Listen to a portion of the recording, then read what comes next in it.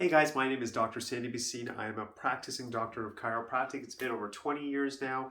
We've been blessed to see thousands of patients. We've changed many lives. People are doing much better now. We've also won numerous awards and we are still looking to get better. We are just honored and humbled that we can help people, but we're always saying, what else can we do to go to that next level? What else can we do to serve our patients even better? So in this video, which is kind of a part two to a previous video I did, this video is going to talk about the physical, chemical, emotional things we can do to get better results, to make the body stronger, and specifically help the spine, specifically help the nerve system. That's what we're going to go into. So calling this video the 3 pillars to get great results. It is for patients who are under care, but to be honest with you, it's just good advice. It's just going to help you anyhow. So even if you're not currently a patient, if you can listen to even part of this and implement it, it's going to help you. So let's just jump right into it. So there's the 3 major categories: the physical, chemical, emotional. So what are you doing between visits? Chiropractic is a team sport. You need to work with your chiropractor. It is not a passive activity. Yes, you need to show up and get adjusted, get those appointments in, but what are you doing between those visits? So let's start with physical. So number 1, I'm going to start with this because it's the biggest thing. If you want a healthy functioning nerve system, if you want a stronger spine so you can have a great quality of life, you need to keep your appointments. I know this sounds really obvious, but you do. So when we see our patients who are consistently doing well, it is just regimented. They keep their appointments, whether it's twice a week, once a week, whatever that schedule looks like, they are just on top of it. And guess what? Those people are busy. They have commitments. They're working. They have families, all that kind of stuff, but they're consistent. And not surprisingly, they are getting better results. Just like at the gym, if there's someone who goes 3 times a week to the gym and there's someone who goes whenever they can, 30, 60, 90 days later, the person who's been consistent, they will get better results. And the person who kind of whenever they found time went to the gym, they won't get the best results. There might be some change, but not to that full level. So keeping your appointments is critical. Obviously, sometimes something happens out of your control, but make up that visit as soon as possible. Or if you travel, you might need to see me a few more times before you go and when you come back. But keeping the consistency, it's how it works. I have patients who come in and they'll be like, I'm stretching, I'm trying to do all this good stuff, and I'm kind of thinking in my mind, which is true, but I haven't seen you in a couple of weeks, or you're just dropping by whenever you can. Chiropractic to work effectively, just like anything else, needs structure. You need structure for the gym. If you're someone who does yoga, ask anyone who does yoga. When you're regular with yoga, you will see better results. But if you just kind of treat it like a hobby whenever you get a chance, the results won't be the same. So consistency is a huge part of getting the best results. Number 2, we have shown you stretches. And I would also say this is critical. Now, I want to make something very clear. Stretches are powerful, but I wanted to talk about this for a second. How is stretching different than going to the chiropractor? So again, sometimes I'll have patients and I'll be like, I haven't seen them in a while. They're like, I haven't been here, but don't worry, I've been doing the stretches. And I think that's valuable. But I read something that really made a lot of sense to me, is that let's say I'm just doing stretches for my neck and that's all good. It's beneficial. But when I stretch, I can't do a specific stretch for C6 or C7 if that's locked or not moving properly. I can't do a specific stretch just for C3 if it's not moving properly. So stretching is good. You're keeping a zone mobile, but going to the chiropractor gets to those areas that are locked and unlocks it. So you need to do both. And then once you're getting adjusted regularly, and you should be stretching twice a day properly, even a little bit, whatever you can do. You might do a small version in the morning. You might do an advanced version at nighttime when you have more time, or you might stretch after work and before bedtime. But what the stretching is doing is that it's bringing in that motion. So when you're getting adjusted, you're starting to stretch as well. We're just doing all these things to stimulate motion. And when you're getting adjusted, the range of motion is starting to increase of the spine. And then you start to stretch, and the body's starting to treat this as a new normal. And the more motion you have, the less nerve pressure you have, and you start to feel better. So adjusting is powerful, stretching is powerful. They work together, but they're kind of doing 2 separate things. Adjusting is unlocking, and then the stretching is that reinforcing of that motion. So you need to do both. Stretching is really critical. And then I'm going to also say, if you love to play sports, or sometimes I'll hear people say this as well. Hey doc, you know what? I didn't stretch today, but I went to the gym, and I do stretch on the days I do yoga, and I do stretch on the days I do this activity before volleyball, whatever it is, I want you to treat the stretches we show you as a separate entity from other stretches you would do if you go to the gym. I want you to do the stretches we've shown you almost like flossing. So if you go somewhere else and you do yoga and you go to the gym and you're with your friends or whatever, and you're exercising and you do some stretching, that's great, but that's a separate category. You need to do the stretches, whether you're going to the gym, whether you're doing yoga or anything. The stretches we show you, which are really easy, should only take, maybe 5 minutes, maybe 10 minutes. They have to be done twice a day. So you should be stretching 14 times a week to get those optimal results. And if you're having any pain with the stretches, talk to us, ask questions, get involved. If something's too easy, talk to us. If it's too hard, talk to us. If you're short on time, we'll make a suggestion. So please get involved with your care. Another thing we need you to do, we need you to be active. Now, as I share this with you, obviously, if you are in extreme pain and you can't even walk, that's a different category. But let's say the pain is there, but it's moderate. You need to move. You need to listen to your body. You want to challenge the body, but we don't want to be in pain. Or let's say your shoulder hurts. Do the motions you can, avoid something that obviously hurts, but you want to move. The more you move the body appropriately with what you can handle, you're comfortable, you will heal faster. And maybe let's go the other way. Maybe you have a job where you're sitting all day, you really need to move. Let's say you have a job that's very active, then you need that rest time. So you have to kind of find that balance. And especially, I would say, again, with people who are on computers, people who drive taxis or Uber, people who drive trucks, they're sitting all day. They need to get up at their lunch, or they need to, get up, move regularly more than other people. Let's say someone has a job where they stand all the time, or they're lifting or they're pushing, then they need to take time to rest. So in general, if you're working in a corporate environment, maybe you're working at home or at the office, you should be taking a break.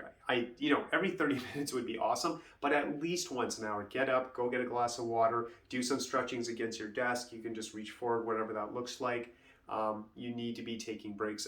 Try it for 1 hour if you can.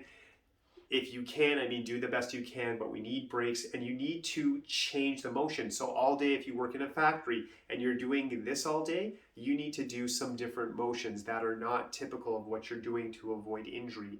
You may want to do also some exercises like some squats. Use different parts of the body, but mix it up and you will be better for it. Next, chemical. So what I would say over here is on the chemical category, which affects the spine, what are positive things we can do? You got to drink water, and juice and milk and all that stuff does not count. We're talking pure water here. How much should you drink? Honestly, it really depends. If you look at a lot of, articles out there, they always say this 8 to 10 glasses, things like that.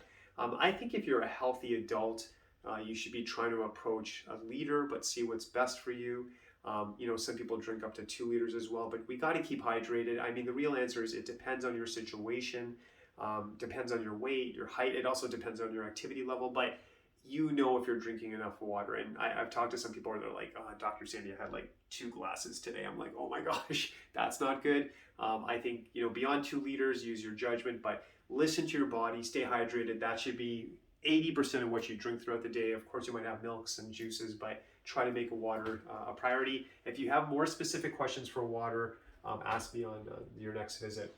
Another thing that's powerful, if you can start to reduce caffeine. So the coffees and teas are a stimulant. They keep the spine locked. They keep the muscles locked because they're keeping the body stimulated. And we want to increase motion. We want flexibility. So I would ask you to start reducing caffeine. I would say a long-term goal, the caffeine should be a treat. If you ask me, man, I could drink tea all the time. Love Starbucks, all that kind of stuff.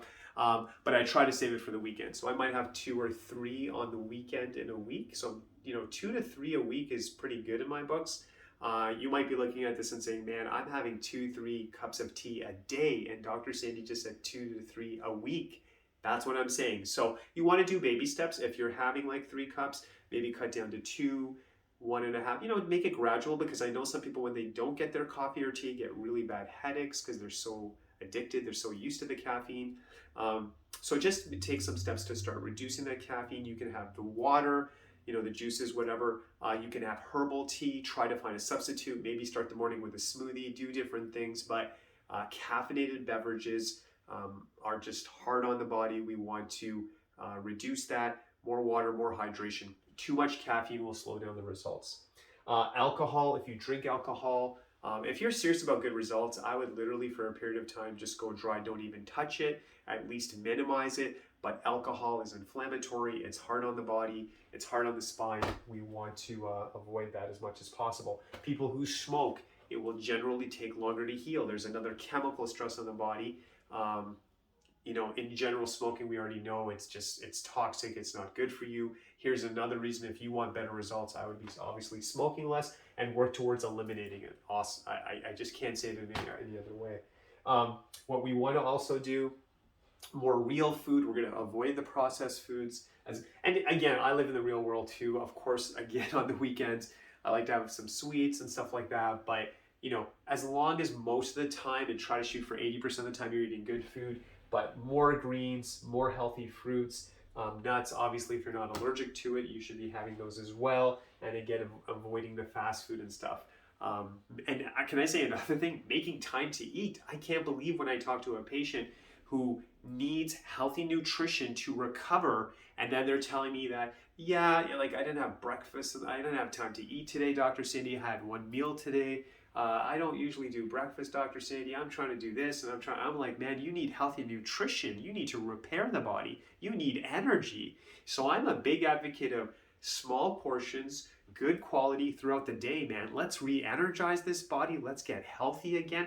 Let's give it those calories to repair the body. If you're constantly in a starvation state, how can the body recover? How can it heal? And again, this is my opinion. I know some other people may say different things, but we encourage, a healthy diet, good nutritious food, replenish the body so you can heal, so you're energized.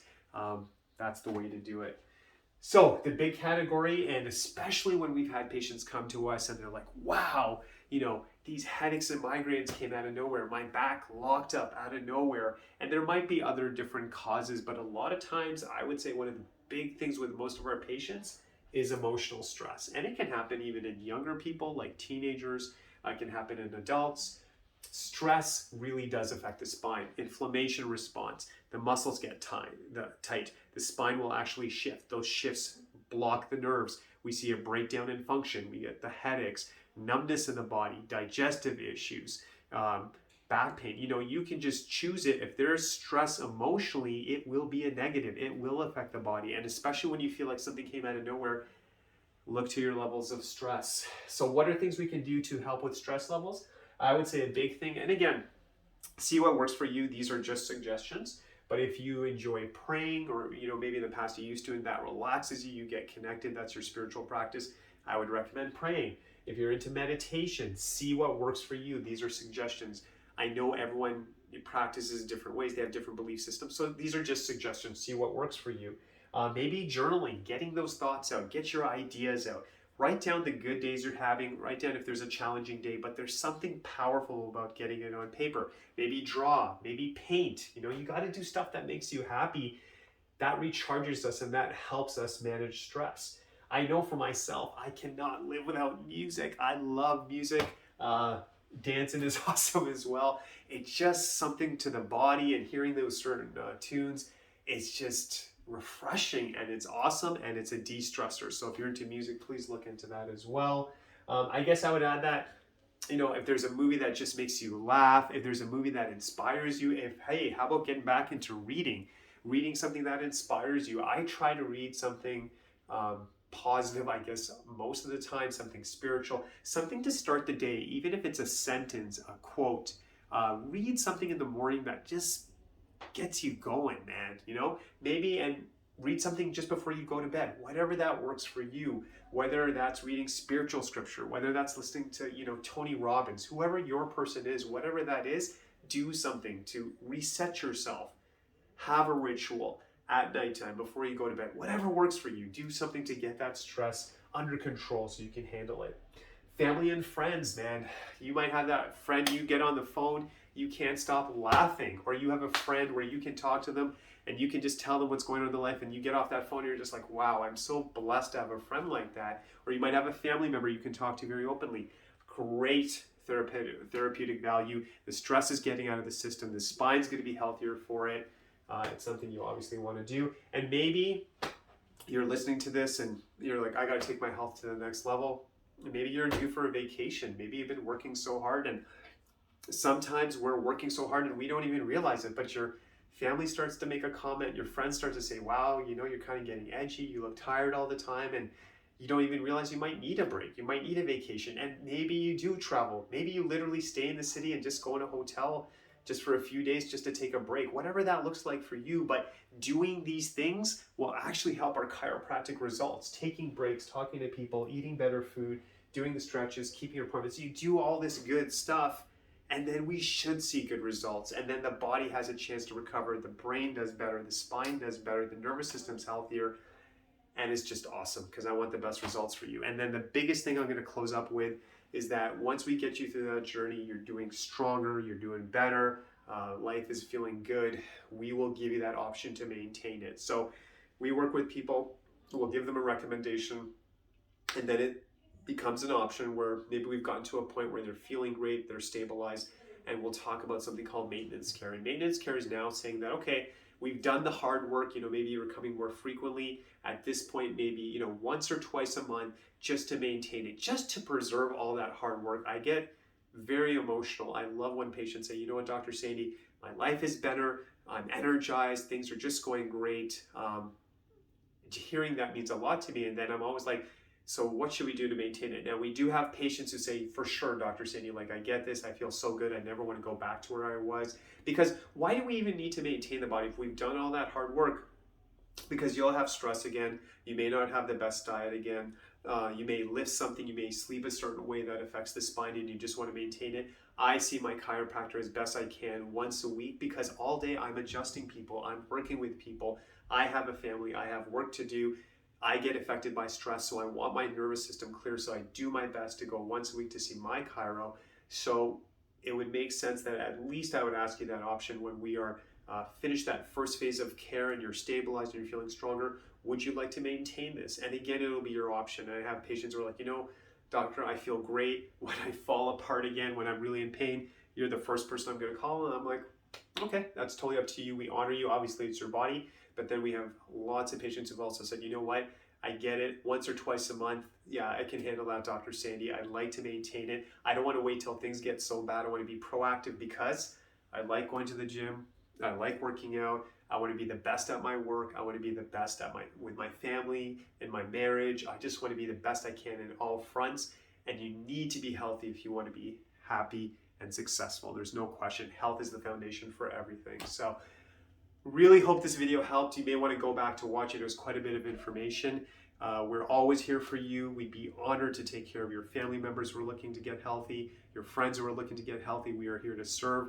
We'll always start with a checkup. We'll see if it's a good fit, if we can actually help them, if it's a spinal issue or something else. But we're here to serve. God bless you. Implement this information. It will change your life. And God bless you. Thank you so much.